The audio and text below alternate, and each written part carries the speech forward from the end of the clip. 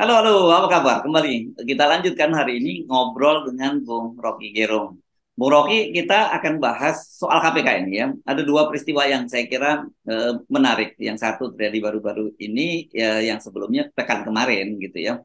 Yang terbaru adalah ada hakim justisial di Mahkamah Agung yang ditetapkan menjadi tersangka oleh KPK. Ini berkaitan dengan ada dua hakim agung yang sebelumnya sudah jadi tersangka, Bu Rocky ya. Hakim justisial ini semacam panitera pengganti lah gitu. Jadi dia tetapkan lagi. Yang kedua, ini masih terus bergulir ya. Ini soal kemarin ucapan dari Wakil Ketua KPK, dia yang menyatakan bahwa apakah enggak sih banyak sekali pejabat di Pemprov DKI itu kok lahan punya tanah sangat luas gitu. Dan juga dia dengar banyak proyek-proyek yang yang main proyek, mencari masih banyak main proyek padahal gajinya itu lebih tinggi, bikin iri para dirjen. Nah, yang menarik kemudian kali ini justru kalau selama ini kan PDIP paling kritis ya terhadap Pemprov DKI. Nah, sekarang dibelain oleh PDIP. Jangan kata PDIP, jangan main isu ya KPK. Gitu Bang Rocky. Ya soal Mahkamah Agung itu jadi nggak bisa kita anggap bahwa Mahkamah Agung itu sekali mengucapkan janji itu langsung patuh pada janjinya atau sumpah setia untuk tidak korupsi. Itu maklar kasus itu betul-betul ada di semua level pengadilan tuh. Dan kalau panitra yang statusnya hakim yudisial tadi hakim Justisial. Justisial. justisial, Ya. jadi hakim yang fungsinya sebetulnya tidak memutus, mempersiapkan administrasi pengadilan, dia yang paling mungkin untuk jadi calon di situ kan. Karena dia akan berhubungan dengan pengacaranya dan bukan berarti buat dia yang menginginkan terjadi transaksi, tapi dia bisa membaca hakim di atasnya itu menginginkan itu. Jadi sebetulnya di panitera-panitera ini udah tahu kok si hakim A tarifnya segini, hakim B tarifnya begini. Jadi dia jadi calo aja di situ kan. Jadi hakim jadi calo perkara di situ dan terhubung dengan para pengacara yang juga sering berfungsi sebagai calo. Jadi kalau kita lihat model pemberantasan korupsi, terpaksa kita mesti katakan bahwa rekrutmen dari awal itu yang memungkinkan setiap hakim itu merasa bahwa kalau dia dipilih oleh DPR itu artinya dia mesti nyumbang pada DPR tuh diam-diam misalnya. Kalau dia diangkat oleh uh, hakim yang diangkat oleh presiden, dia mesti berbaik-baik dengan kekuasaan, nggak boleh kasih kritik. Jadi dari awal proses rekrutmen ini udah berbahaya. Yang disebut otonomi hakim untuk memutus hanya berdasarkan hati nurani dia dan tuntunan Tuhan yang Maha Kuasa itu nggak jalan. Karena sistem ini memang dibuat supaya ada yang diangkat supaya yang terangkat nyogok tuh. Ada yang difavoritkan supaya yang bersangkutan mengingat jasa dari orang yang memberi dia kemewahan sebagai hakim agung. Jadi ini soal etika bernegara tuh dan ini akan terus karena selama istana itu tidak peduli dengan etika publik, selama DPR nggak peduli etika publik, maka hakim-hakim itu merasa bahwa ini moral hazardnya ada di depan saya, ya manfaatin aja. Jadi Ya, itu yang terjadi sebetulnya. ya, ya. Jadi Dan langsung apalagi kita bertambah ingat kemarin ya, Bung Rocky kan ketidakadilan. kita ingat kemarin Wakil Ketua Mahkamah Agung menyatakan bahwa dia menyerah, dia tidak tidak mungkin dia memberantas Markus itu, maklar kasus itu. Ya ini ya, faktanya begini-beginian kan banyak betul. Dan yang paling paham adalah KPK paling paham karena mereka juga saling tahu tuh biodata si hakim ini sebetulnya potensial untuk ditangkap tapi tunggu aja sebentar tuh dan ternyata terbukti itu hal-hal yang sebetulnya sifat personal yang nggak pernah dibahas ketika fit and proper test itu pasti diketahui KPK dan KPK tinggal nunggu aja ngincer aja. Jadi sebetulnya kita udah tahu lah bahwa penegak hukum kita itu betul-betul diasuh oleh kepentingan material doang dan kepentingan material pasti karena bujukan politik. Jadi sekali lagi kekuasaan kehakiman ini betul-betul udah berantakan dan itu sebetulnya dalil pertama kenapa orang nggak percaya lagi pada hukum, termasuk mereka yang membuat KUHP karena dianggap KUHP ini adalah pesanan istana tuh. Hakim Mahkamah Agung ada pesanan istana, Hakim Mahkamah Konstitusi adalah juru bicara istana. Jadi udah terjadi semacam uh, kamus baru bahwa penegak hukum itu tidak mungkin lagi menegakkan hukum karena mereka rakus jabatan dan rakus harta itu aja dalilnya udah selesai itu.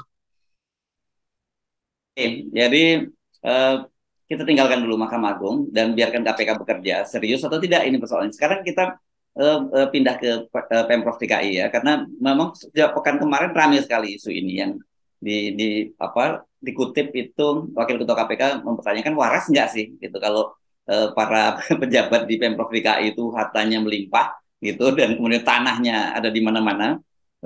Padahal mereka ini apa ya? Mereka ini kan ASN gitu. Gajinya memang cukup gede, tapi ya nggak segede itulah karena kita bisa ngitung kalau karena misalnya ada seorang kepala dinas Satpol PP misalnya itu hartanya total harta kekayaannya itu sampai 24 miliar misalnya Bung Rocky ya. Terus Heru Budi sendiri itu 31 miliar. Jadi padahal mereka ini kan semua ASN. Dan saya ingat Firly itu pernah menyatakan, Ketua KPK menyatakan bahwa itu 95% laporan harta kekayaan penyelenggara negara itu nggak ada yang jujur. Nggak jujur aja sudah membuat Wakil Ketua KPK pikir ini waras nggak sih gitu. Itu sinisme yang harusnya punya impact dan lakukan pemeriksaan. Jadi itu pentingnya, tuduh aja. Kan Anda ASN, nggak mungkin Anda punya uang sebanyak itu. Jadi dituduh dengan yang disebut pembuktian terbalik itu. Kan justru karena dia pejabat negara, maka orang curiga pada dia itu. Nah KPK juga jangan kirim sinyal aja, lakukan terobosan aja kan, supaya kita tahu mungkin akan ditanggapi bahwa itu nggak ada undang-undang tentang pembuktian terbalik. Iya, tetapi diskresi untuk menunjukkan bahwa kami tahu bahwa ASN itu harusnya miskin. Kalau dia mau kaya, dia jadi pengusaha. Tetapi kenapa ASN lebih kaya dari pengusaha? Kan artinya ada tukar tambah, terutama dalam soal pertanahan itu dengan para notaris lah, atau mereka yang ingin menggusur dan memanipulasi tanah itu dikurangi 1,5 meter aja, 1,5 senti di Jakarta itu udah miliaran harganya tuh. Jadi sebetulnya kita mengerti ini dari awal tuh. Yang kita nggak mengerti kenapa PDIP sinis terhadap temuan KPK itu. Kan KPK pasti dia punya data, walaupun dia nggak bisa buka karena nanti akan ada soal dipersoalkan. Tetapi keterangan KPK itu, sindiran itu pasti faktual. Kan nggak mungkin KPK datang tanpa data tuh. Jadi yang kita persoalkan sekarang atau kita curigai, kenapa aparat DKI itu mau dibela oleh PDIP kan? Jangan asal apa kata, jangan asal Jangan main isu. isu. Jangan main ya, isu. Ya. ya KPK pasti tahu cara main isu. Kan dari awal kita tahu, lepas dari soal pembusukan di KPK, itu KPK selalu kirim isu dulu, ditanggap oleh media massa, baru dilakukan proses. Kan begitu tuh. Jadi jangan baper lah nih PDIP. Dan mestinya PDIP mendukung. Mestinya PDIP bilang, oh kalau itu baru isu, mari kita dukung supaya isu itu betul-betul jadi faktual. Kan mestinya begitu. Jadi orang merasa, yo kenapa PDIP yang bereaksi? Apakah itu ASN-ASN yang punya afiliasi dengan partai tersebut? Kan begitu kecurigaan publik. Ya. Nah ini menarik memang soal ASN di Pemprov DKI ini karena menurut Alexander Marwata kita juga tahu bahwa tunjangan dari para ASN di Pemprov DKI ini sangat besar gitu ya, dan itu katanya sampai ada seorang dirjen iri dengan Pemprov DKI ini, dan kelihatannya seingat saya tunjangan sangat besar ini di zaman Ahok nih mulai muncul ya, ketika Ahok misalnya seperti ini, seorang sekda itu bisa dapat tunjangannya 127 jutaan sekian gitu, dan gajinya paling sekitar 3 sampai 5 juta. Kepala-kepala dinas itu tunjangannya sekitar 50 sampai 55 juta. Ya tadi gajinya range-nya antara 3 sampai 5 juta. Jadi mungkin lah maksimal katakanlah mereka 70 juta. Nah, kalau seumur hidup pun mereka kumpulkan, gaji itu tidak dikurangi apapun, tidak mungkin mereka bisa nabung sampai puluhan miliar tadi. Karena rata-rata itu ada yang belasan miliar, ada yang di atas 20 miliar. Yang di bawah 1 miliar itu hanya satu, Bung Rok. Yang lain itu rata-rata miliaran hartanya. Itu kita tahu lah itu kasak kusuk. Ada kalau ada pengusaha, ada yang lewat Merdeka Selatan masuk ke DKI, ada yang nunggu lewat Asam Lama, apa namanya itu, Jalan Wahid Hasim di situ. Jadi semua pintu di DKI itu terbuka untuk permainan percaloan sebetulnya kan. Jadi kita tahu itu dari awal tuh. Jadi kalau memang itu belum bisa diberantas, maka jangan dibela. Biarkan aja KPK kumpul isu itu lalu nanti diucapkan. Kalau PDIP bereaksi artinya PDIP udah juga tahu sebetulnya, oh si ini. Karena itu dia mulai jangan sebar isu. Nah itu dengan mudah terbaca reaksi PDIP menunjukkan PDIP tahu siapa yang ada di situ. Dan yang ada di situ justru akan dibela, yang dananya bermiliar-miliar, pendapatannya bermiliar-miliar, atau kekayaannya bermiliar-miliar. Kan sebetulnya kita tahu dari awal bahwa orang itu kalau ASN nggak mungkin dia kaya raya, dengan gampang kita bilang begitu. Karena dia public servant, dan public servant itu dasarnya adalah gaji yang real tetap. Karena APBD DKI mungkin 90 triliun, dan dibandingkan yang lain ya dia dapat insentif.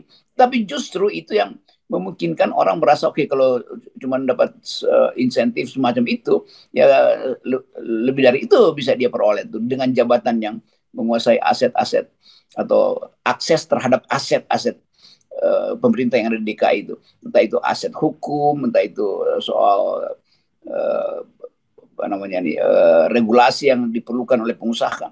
Jadi pasti di situ korupsi udah berlangsung, dan KPK mencium itu, baru dicium Ya. aja, baru didengus saja udah dinyinyirin. Gimana? Saya kira mesti lebih konkret lah, jangan diindus saja dulu, Bung Rocky, langsung konkret. Benar.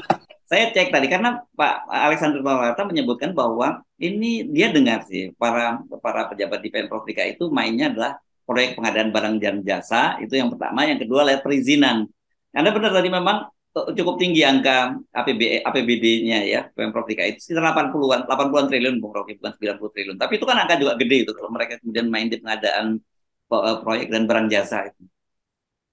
Ya juga soal pemutihan pajak segala macam itu kan, itu itu rumus yang kita hafal itu. Yang jadi segala hal yang berbau korupsi harusnya didorong supaya terbukti, bukan dihalangi kan. Jadi kalau PDIP dengan ucapan itu jangan main isu, loh artinya PDIP mau cegah penelitian KPK berlanjut kan.